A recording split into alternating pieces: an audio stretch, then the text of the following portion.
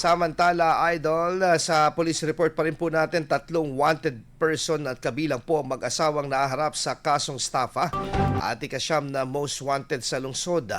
Ang naaresto po ng Dagupan City Police Office sa magkahiwalay na operasyon noong Hulyo 14. Unang nadakip po ang isang 40 anyos na babae na may mga kasong estafa through falsification of public documents at 4 na bilang ng attempted estafa through falsification of public documents.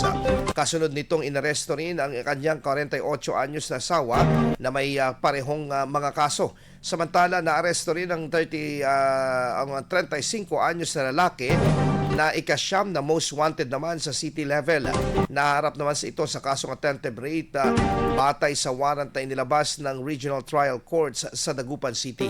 Kasalukuyang nasa kustudiya na ng DCPO ang 3 na aresto habang isinasailalim sa kaukulang dokumentasyon at legal na proseso.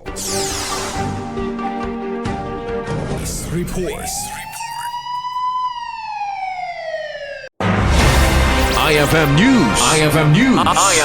IFM News.